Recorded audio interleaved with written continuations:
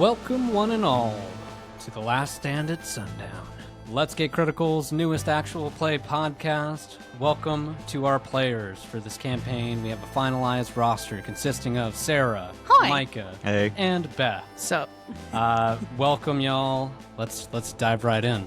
Let's get critical. Our story begins in the expanse known as the Great West, a barren landscape scorned by a mysterious war that shattered the ecosystem and surrounding areas.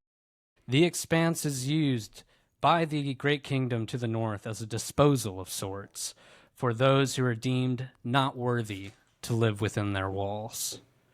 Who would not be deemed worthy, you may ask? Well, criminals, the weak, the elderly, the poor, anyone who, for whatever reason, could no longer satisfy their governed workload would be dumped into this expanse and left to die. capitalism. The Great West is a damned land that is harsh and arid aside from the occasional and unexplainable storm. Throughout the years following the Great Fallout, towns and civilizations have begun to develop. These civilizations now maintain a shoddy and corrupt government and economy that is still somehow influenced by the powerful king of the North. We find our adventurers for the first time in the humble town of Tumblewood, a town of common folk, of stragglers, of those struggling and just trying to get by. It is one of those shacks, there on the outskirts of our town, where we find our party. Well, howdy, youngins. Go ahead and settle on in. As you look, you see Jed Gallows, recently acquainted to some of you. Jed Gallows is a short but older dwarf man who, over the last few months, has taken you all in. Jed Gallows slowly sets down a place. Come on, youngin, go ahead and sit on down there. Credence, please describe your character. Credence is a little bit of a hodgepodge of a lot of different life. He's a gray tiefling with big swooping horns that go back. And he's dressed in a way that seems simultaneously somewhat rich and very poor at the same time. His clothes are a bit ratty and ragged, a very worn suit made of black. But he carries a very nice cane with some holy symbols on the front of it, and the handle itself is gold inlaid with diamonds and jewels on it. He will look with his golden eyes down at Judd, give a very courteous smile and nod, and I do believe this is perfect. Thank you, Judd. Oh, it's good to finally meet you. I want to introduce you to a couple of our companions, maybe hear about how our little party came together, if you don't mind. Feel free to take a sip. Well, I'd be happy to. I'm nothing if not a team player. And you'll see the bottle that he's offering him is very poor. You look around his room; it's a very poor little shack. This man very much does not have a lot to give, but it's a half bottle of whiskey just sitting there on the counter, or what he considers his counter, just like a empty wooden barrel. And he's offering you a shot if you would like one. I'm gonna take it and throw back the shot as if it's the finest swill I've ever drinking. It's a very, very poor whiskey. You can tell that this was probably, the one of the cheaper end. A fine vintage, if I do say so myself. Oh, thank you. Yeah, it's what I could afford. But if we could go ahead and get our introductions out of the way, this here is Daisy, and he's gonna gesture over to Daisy. Daisy, would you care to introduce yourself? Sure. Howdy. I am, this is Daisy. She is about 5'6". She is like a pale, almost ghostly blue. Her hair lifts up off of her in slow little waves. Sometimes it puffs up and swirls. Other times it kind of lowers and lingers around. But it always feels like it's on the very edge of frizzing up into like a little storm. She's got like a poncho on, where the best way to describe her really is what sorcerers are to wizards, and that wizards are like magic graduate nerds that are just dressed like normal people and read a lot of books, and sorcerers are like if you can't dress like a wizard when you do magic, what's the fucking point? She is that, but for the Western cowboy culture, and that she's got belts on top of belts with boots and the poncho and all the accoutrement, and none of it is functional. It is just all on, it's just what's fun. A huge poncho covered in a whole bunch of colors. And the most noticeable thing, though, is that her eyes just shine with a bright, arcane, like cerulean blue light, as she's just kind of kicked back in the corner with her legs up, going, howdy. Credence will reach out a hand and go, a lovely blue flower. If I may say so, your eyes do glow. That they do, new friend. And when she goes to reach out and shakes your hand, she kind of turns it into like a normal grip rather than like the delicate kind of handhold. She takes it. It's not firm to the point of like trying to break your hand, just like a normal little up and down. But when she does touch your hand, it just spark and sting for a second. Not through any sort of just like a regular static shock, but just a tiny bit more. Oh, okay. Yeah, my little beard will frazzle a little bit. Sorry. And I'll just charmed. Oh, I've gotta tell you about how I met this youngin, and No, you don't. he'll kind of trail off into this story. And as we kind of pan in on our scene of the flashback, a crash of thunder rolls. The landscape comes into view, completely barren, aside from cacti and darkly saturated mud, as far as the eye can see. Violent storm is in the midst of going. As we see two hands spat up from a shallow grave. Sarah, give us our first roll of the campaign. I need a strength saving throw. Oh, okay. Strength saving throw. Okay. That is a 13. With a 13, you pull yourself out. There's a very shallow grave, and as you pull yourself up and over, you spat yourself back on your back, just absolutely exhausted, covered in blood, covered in muck, covered in everything, with a lack of memory as to how you got here.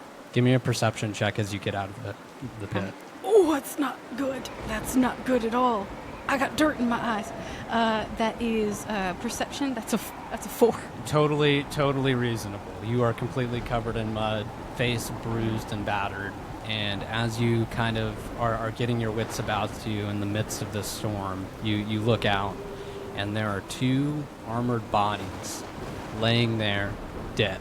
Bodies bleeding from multiple orifices, not for sure exactly where the trauma might have occurred, but just collapsed there dead next to the shovel that would have been digging said grave. The fuck? I would like to immediately, so I'm catching my breath, there's a storm raging, and I'd like to look through what they got on them, try and find out who they are, what's going on, what the fuck's going on here. So go ahead and give me an investigation check. Dope. Okay, investigation, that is a 14. Okay, as you look through their bodies, you find multiple things. You find kind of underneath their garb, it's just plain black cloaks. Their cloaks are solid black and pointed up at the top, and they also underneath these cloaks have just plain metal armor, kind of trying to conceal the fact that they're armored. And within their pockets, each of them, you find a small golden tome with the head of a lion. Small golden tome, head of lion. Okay. Yeah, it's probably about 2 inches long. It's just a small gold piece, and it has engraved head of a lion. Hey, you said a tome. Is it a little scroll? If I pop it open, I can... So, not tome necessarily. It's more just like a golden piece. It's like a little golden rectangle that just has an engraved head of a lion. Like a calling card or a membership token or so, but not it doesn't look like it came off of something else. It's its own thing. It looks like it's its own thing, yes. And I guess give me a history check. Oh, history check from the amnesia girl? Yeah. A history check at disadvantage. Oh shit! You always tell on yourself, Sarah. God damn it! Okay. Remember that was okay. This one is a 16. So the next one, Oh, the next one's a 15. Okay. So just like 15. Okay, so this, for whatever reason, seems very familiar. You obviously have never held one of these in your hand before, you're almost certain, but that kind of engraving seems extremely familiar to you. Okay, so this is the only thing that feels familiar to me in this moment. So I found one of them in each of the peoples? Yes. All right, I'm pocketing both. Okay. And as you go to put these small golden pieces in your pocket, as you insert your right hand into your dirty jean, you notice a couple of things. Firstly, you're missing one of your boots. Your legs and feet are absolutely soaked and covered in mud, completely filthy. And you also notice as you insert that hand into your pocket that there's also a note there. Oh, I pull that fucker out. And as you pull the note out, you read it. I know we must stand up to his oppression, but I don't feel good about how you're going about this, and I hope you will reconsider. I love you, sissy, and I hope to see you soon. Oh, shit. There's no name? There's no nothing? At that point, with another crackle of lightning, you look up, and on the horizon, you see multiple yellow eyes staring back at you. What is it with you fuckers and making eyes look at me? These eyes, contrary to different eyes we've seen in recent campaigns, are smaller eyes, as if...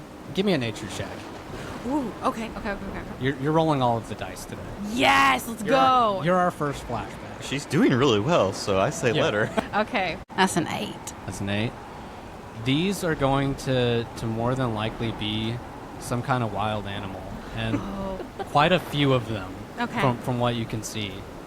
And as another flash of lightning hits, they're well illuminated enough for you to realize this is a pack of wild wolves, and there's at least 10 to 12 of them circled around you. And as another crackle of light appears, you begin to steady yourself and stand to your feet. And from the back of your mind, this doesn't seem very good now, does it?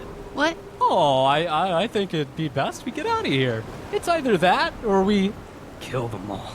Well, I'm feeling a little overwhelmed, and I'm looking at these wolves, and I'm looking at the bodies, and I'm looking inward to the fact that I got another voice in my head.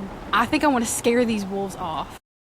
So if I can, I'd like to just intrinsically just trying to scare them a little bit. I think that flash of lightning just kind of clicks, and I reach out a hand to be like, get on out of here, get.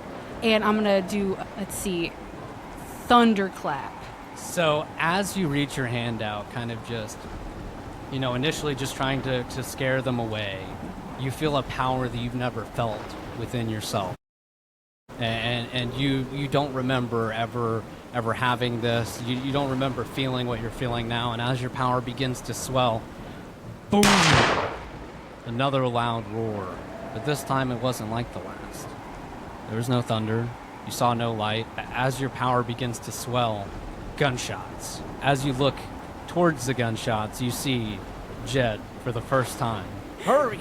Get on! We gotta get out of here! As you see the wolves begin to scatter from his gunshot, he seems to have one shot, one of them directly in the face. He motions towards you to quickly get on his carriage. Well, ain't that fortuitous? Okay. And I'm gonna wave off that wave of magic and just try and make myself look as normal as possible. I'm gonna run up to him.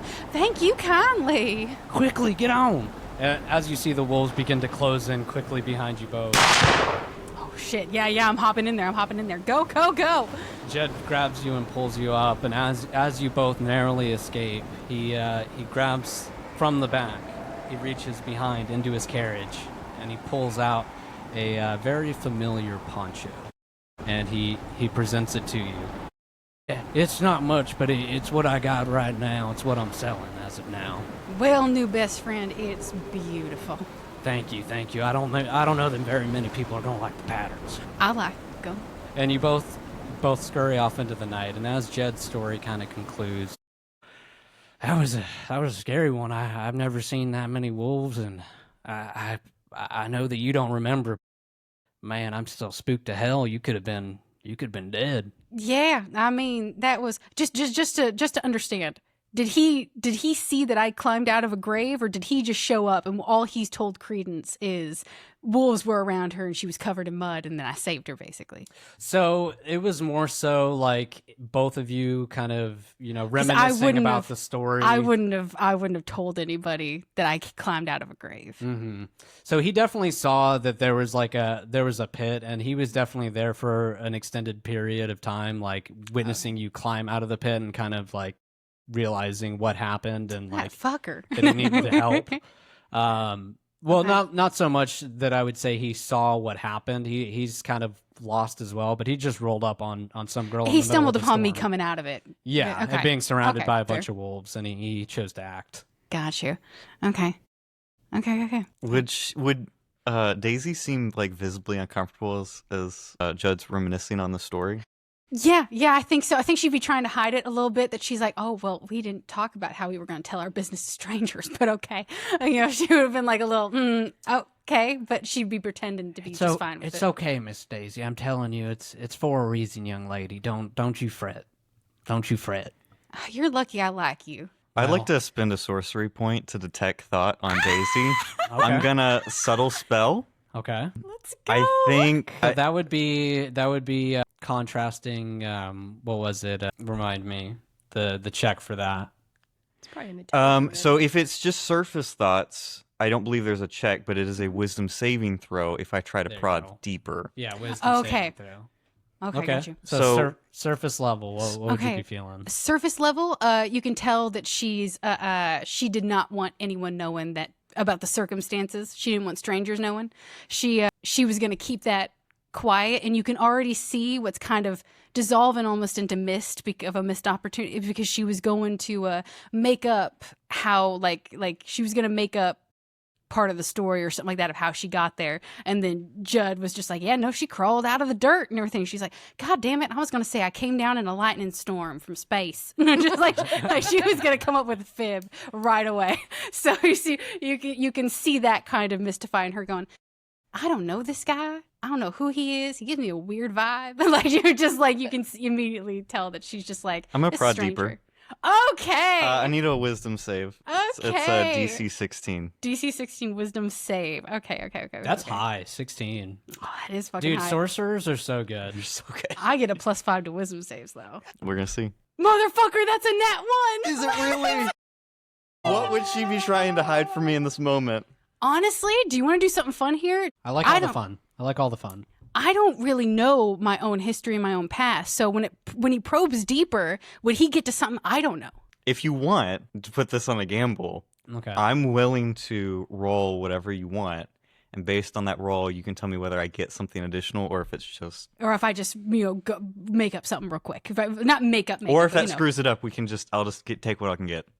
And will he be able to tell that she doesn't know what he just found out? Yes, and Okay, Brendan. so give me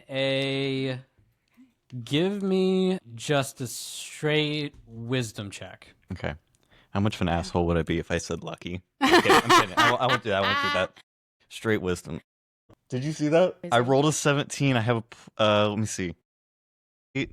What's my wisdom? +2. I got a 19. Oh my god, let's fucking go. I told you I'm really good at rolling dice. It's a talent. Oh my gosh. As you peer deeply into Cass's mind, you you've done this before. You've used your powers before, and it's never been like this. It's like some kind of like misty, like dark fog that you're having to fight through in order to get deep enough to those memories. And as you appear on the other side, it seems that fog is actually a dark smoke. As you see a memory of her rolling up to what you can only assume to be her house, completely engulfed in flames. You see absolute panic as you see her hop off of this cart. When she does, you happen to notice a small Air Genasi girl sitting directly next to her. The moment that I see fire, I'm going to start twitching a little bit, and I'm going to release the memory.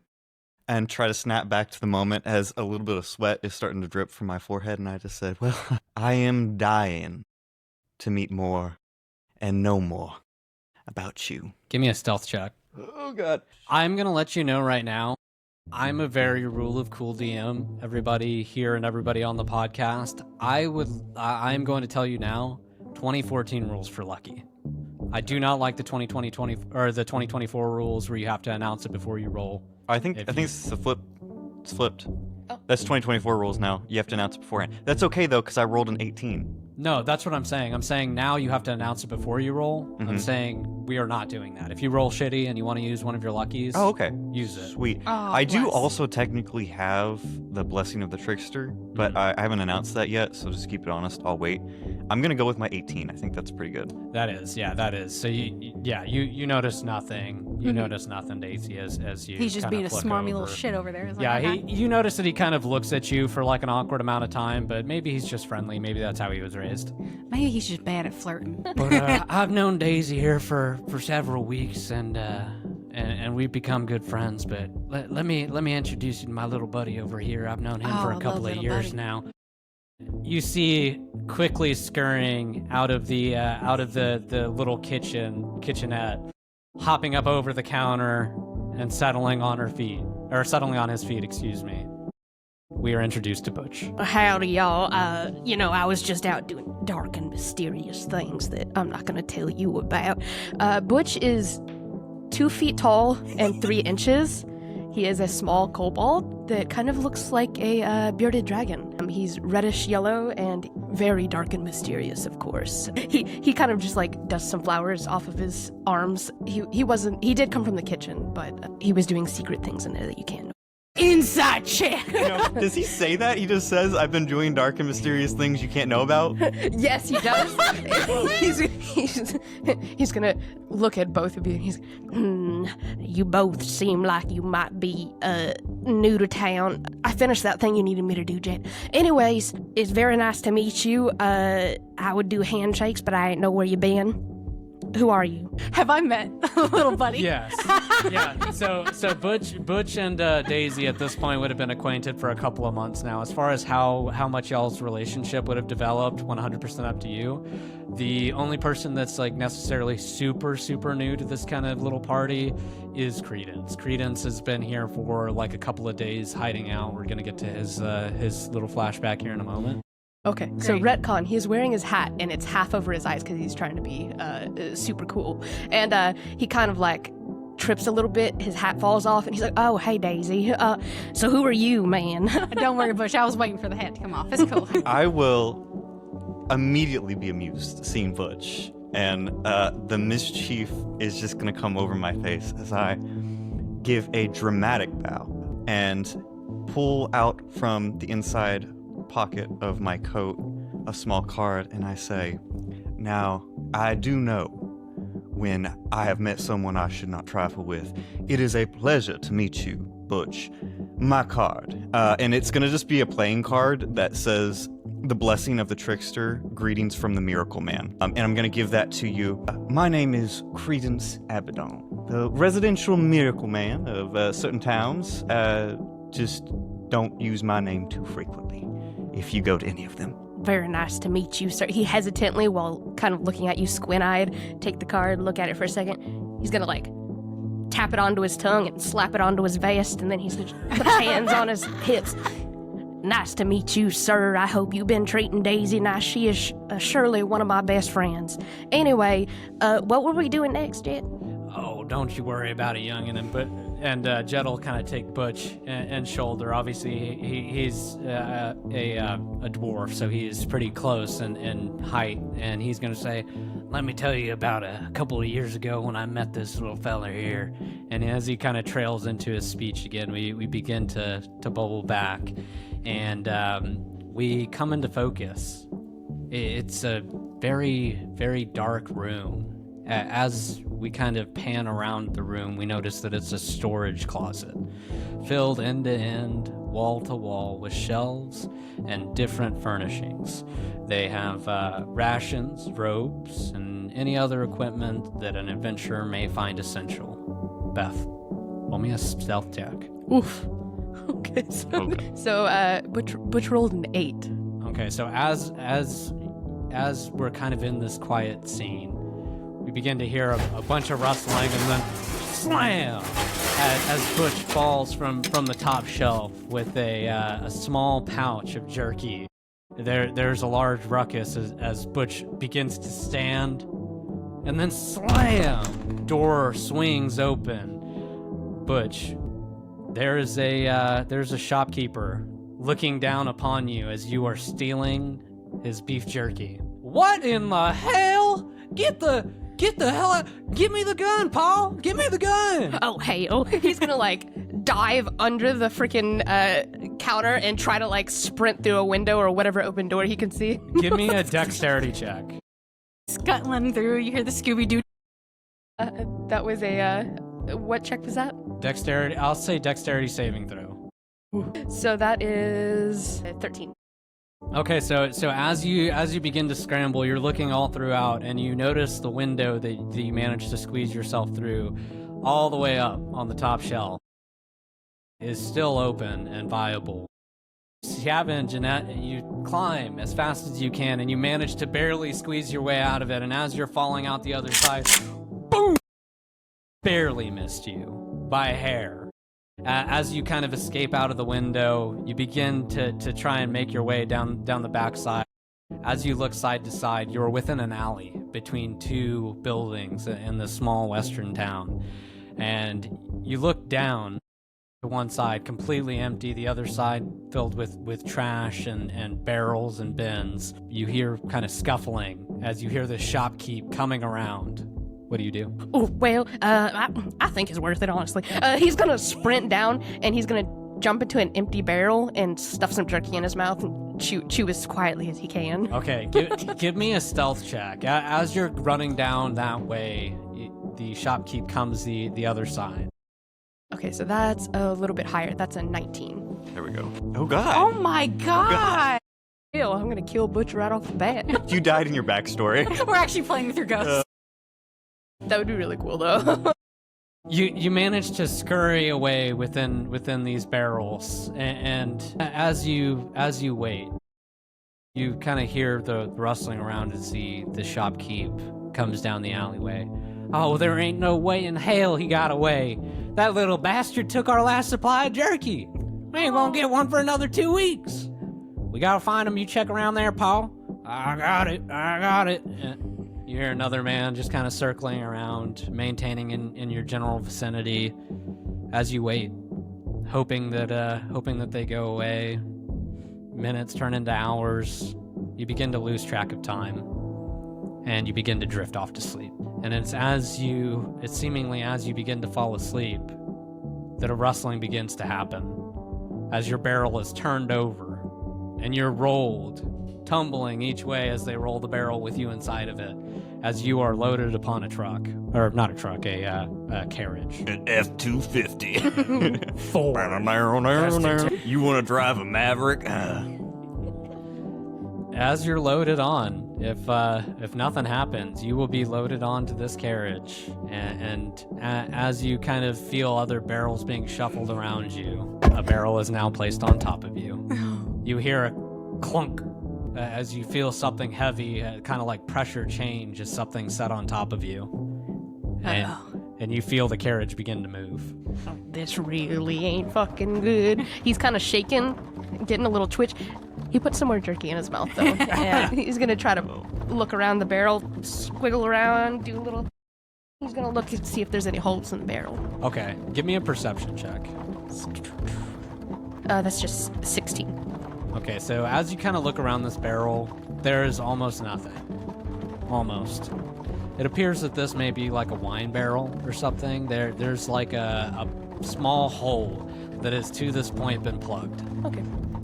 Jabs his little claw through it. Bonk. As the cork spits through, you're now able to see. Do you peer out? Hell yeah. So as you peer out, it's exactly as you expected. There's a barrel off to your left, and then off to your right, you see the subtle motions of a carriage in movement. Well, no choice. I'm pretty sure I can't lift this. He's gonna try anyway. He's gonna push up with all his strength in his tiny little body and try to lift the barrel on top of him. Give me a strength saving throw. Or give me a strength check, actually. Come on, Butch. Butch. 14. Okay.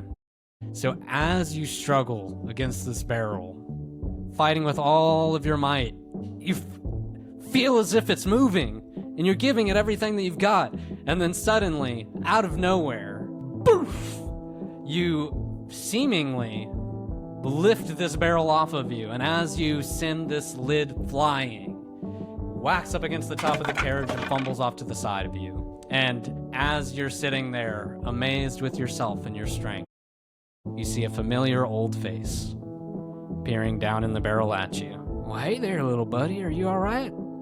You must have been in there for a few days now at this point. I don't know. I was just Holy sleeping, shit. and you picked me up. You can talk? Can't we all? You got a problem, old man? I'm so... God damn. I'm so sorry, little one. I mean no disrespect. You look like you may be in a little bit of a pickle here, my friend. You got anywhere to stay? Man, you're just one insult after another. I mean, that was so rude. Anyway, he's putting more jerky in his mouth while he's talking. I think that was. No, I ain't got nowhere to stay. Oh, little feller, you look like you may be hungry. You got nothing to worry about. I may not have a lot to give, but Lord put me here for a reason. And he's gonna kind of pat you on your bald lizard head. Hey, man, watch the hair. He ain't got no hair. You're right, little fella. And he will take his hat off of his head.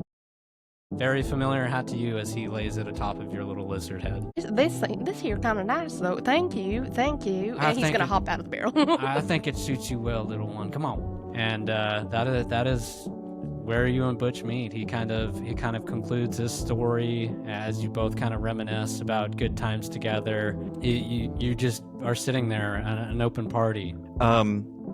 All this is just happening, and we're just sitting here with this Listening to flashback. stories. Yeah. I'm still very amused by you, and very much in a trickery mood. I'm just gonna kind of put my hand over my mouth a little bit, feigning a cough, as I cast a message on Butch, and I say, Butch, this is God. It's been a while. Holy shit, man! What the fuck? I ain't even religious. So, real quick, are you doing that subtle? No, I'm just putting my hand over my mouth, trying to look the other way so Butch doesn't notice. Okay, but so with message you have to point at them. If I will finger gun under my shirt jacket, or like my suit jacket, towards Butch, while looking the other way towards Daisy. give me a sleight of hand check. Yep. So Butch had been fiddling with his gun, and when this happened, he dropped it and kicked it at the same time because he tried to turn around. Oh my god. This is a 13. Okay.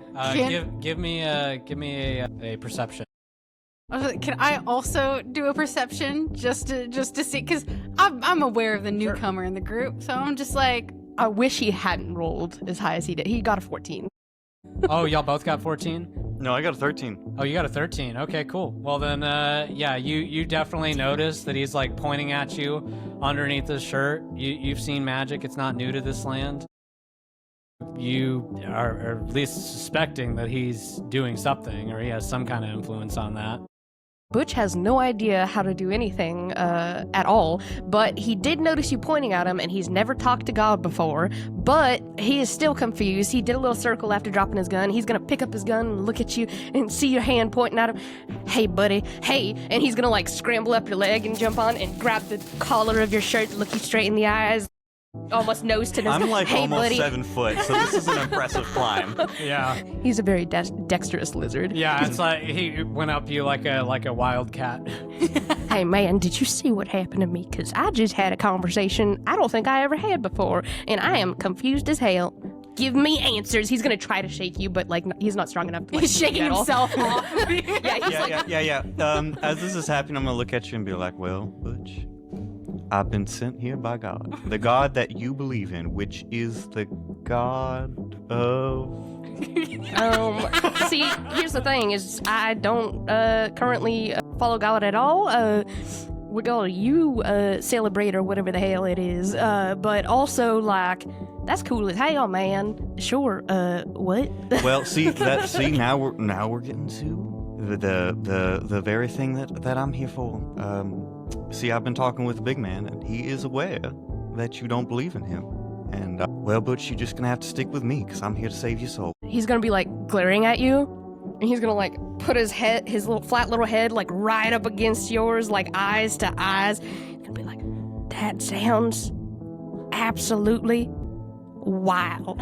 I'm in. Okay, let's go. You tell me all about whatever the hell his name is, this weird guy." Okay, and he drops down on the floor again with his hands up. Roll me a persuasion check, Micah. I can't let you get away with this for free. Can I insight check? 18 plus 8. That was a 27 on persuasion. So I imagine there's no way you can beat that with an intelligence. Right? I seriously doubt it, but who knows? Maybe Let's she see. nat 20. Can I No. insight check just in case? Sure. Just because I'm can. looking like, wait, is Oh, he and telling also, me? what was the perception check that you got? Oh, no, it was a 12, so 12. I was underneath, yeah. Okay. Oh, I thought that was a nat 20, but it was a 2, so no. We don't know really what god I actually serve. Narratively. No. Is there any like main deity in the world that I should be aware of that I can mess with Butch with? I would say that it's very dependent, kind of background and like where they came from. I know Beth was kind of open-ended with their backstory, but I was just going to kind of essentially have her like born in the wasteland, like never actually part of a proper civilization. So she more than likely wouldn't have a god. Okay. Yeah. Then I'm gonna tell Butch all about Crackles, the lizard god of the wasteland. Yeah. Oh, yeah, no, your persuasion beat my 2, for sure. For my insight, Oh, let me see my, oh, no, Like- sorry. My insight is 7. The There we go. charm is so palpable that for flavor's sake, like there's like prestidigitation, like sparkles in my eyes as I'm talking to Oh. Butch right now. Okay, this is why I'm not vibing with him. He's a man of God. Okay. All right, I'm starting to piece together what's happening. Okay.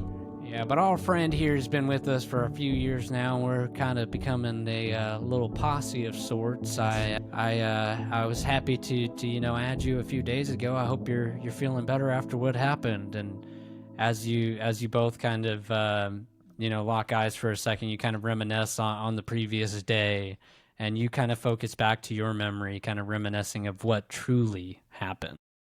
And as we kind of fade in once again, we enter a tavern. There's a saloon. There you go. There we go. That's Snaps. very yeehaw. Thank you, sir. Howdy, y'all. No, I'm just playing. But as we kind of pan in on this saloon, hang on 1 second. As we pan in on this lively saloon, several patrons line the bar while starts flying one end of the bar. A pianist plays a light barside tune at the other. A bustling game of cards brews bitterly in the corner. Oi! Stop it! I know you're cheating. I'm tired of it. As he points an angry finger down at Credence. My good sir, I have never cheated a day in my life. By my namesake, what was the name I gave you again? Well, you've already told me your name's Daniel. Yeah, Daniel, yes. By my namesake of Daniel, I have never cheated a day in my life. I just absolutely... Roll me a constitution check first. Oh, God. Is Butch here? Butch is not, no. Oh, God. 13? You are fairly drunk at this point. You're maintaining yourself pretty well. Your usual charm is working as normal, but you were definitely several drinks in at this point. I must say, I do believe this is the finest establishment I think I've ever been in. So, roll me a deception check. This is a very shitty saloon. No, I deserve that, actually. Deception, wow. I'm glad I got a good deception. That brings it up to a 12. Okay. I rolled a 4. Oh my God. As you're trying to deceive him, you have very much been cheating at cards since you began to play the prior day. At this point, you are probably on an 8 or 9 hour bend of playing just poker, cards, any kind of gambling that you can get your hands on, and you are up big. And as he looks down at you, he glances again after accusing you, and he reaches down quickly and grabs you by the arm, or actually goes to grab you by the arm. Give me a dexterity check, or a dexterity saving throw. That's a 14. Okay. God damn. He grabs you.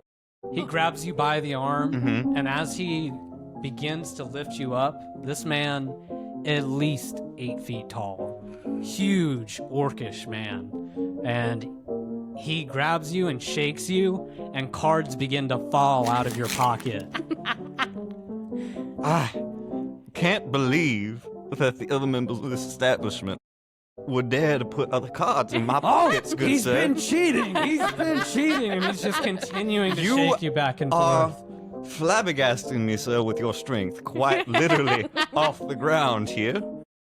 And with that, you have successfully enraged this orc, as well as the 2 other orcish lawmen that had been playing since the early hours of the morning. He takes you, and he throws you as hard as he can towards the bar. Give me another dexterity saving throw. Okay.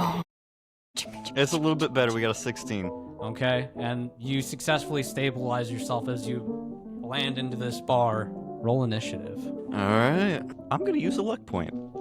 That is going to be an 18. Okay, so after 2 nat 1s and a 15, you are going to be taking first turn. At this point, you have been successfully separated from your staff. Your staff is now on the leaning against the table that you are just cheating at in cards, and here I have escape. It's clear to you, Credence. You've been in these kind of predicaments before that this is not looking like it's going to turn out very good for you. You at this point are efficiently wasted. And, you are separated from your spellcasting focus.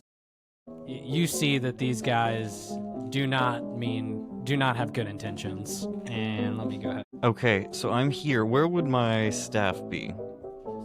Okay. Oh, man, I gotta get in combat. Okay. Yeah, all right, I guess I just gotta run up. I'm gonna stagger up, kind of leaning on the tables as I run up back towards the table to grab my staff. Okay. And I'm just gonna look at all of them and say, it is never a good thing to strike a man of God. In God, there is light, and outside of him, there is darkness. And I'm gonna strike my staff on the ground and cast darkness over all of them. Oh, snap. Let's okay. fucking go. That's a 15-foot radius, right about there.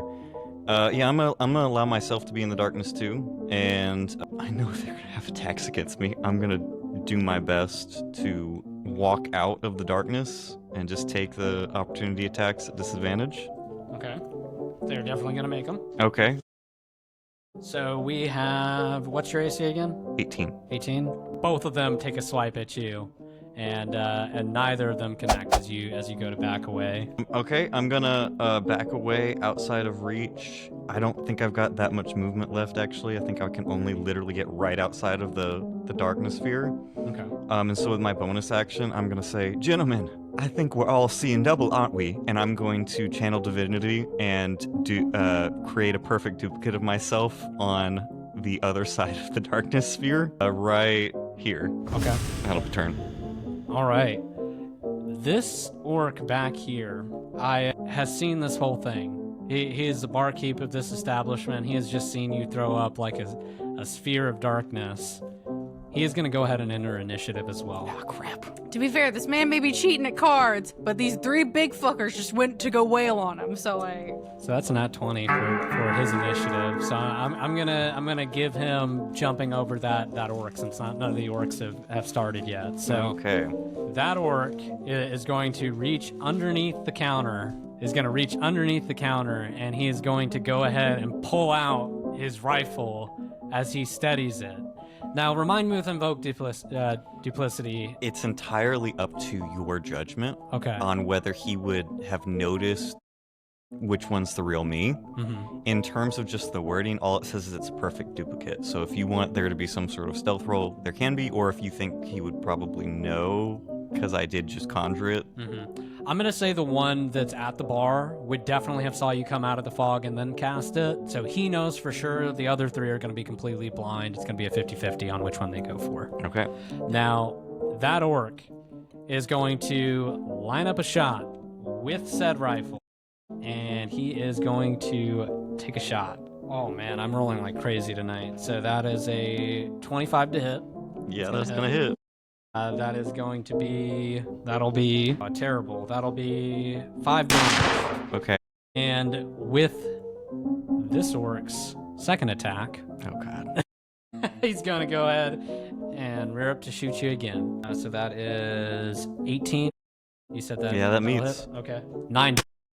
Oof. Okay. And with that, this orc is going to go ahead and take their action, or take their movement 5, 10, 15, over here to a bell that you had not noticed up to this point.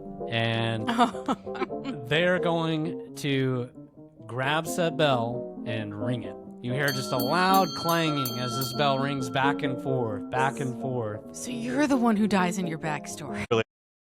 And that'll be turn for that orc. We have 3 other orcs that are going to go ahead and take their turn now at this point. It's Orc nice number knowing 1. you guys. I was excited to been play this fun. character. It's going to go 5, 10, 15, and I'm gonna roll you a d20. Tell me higher or lower.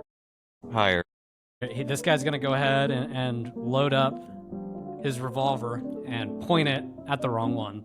Yes. Let's go. That is going to be a 19 to hit the fake one. I don't think it matters because it's not real. Okay. So it'll shoot straight through it. Okay, so for the invoke duplicity, it's like it just lasts. Or I Yeah, thought it, it was. it like, looks like a perfect duplicate, but for it just lasts. If I did mirror image, it would disappear. That's the one I'm thinking Yeah. of. Okay.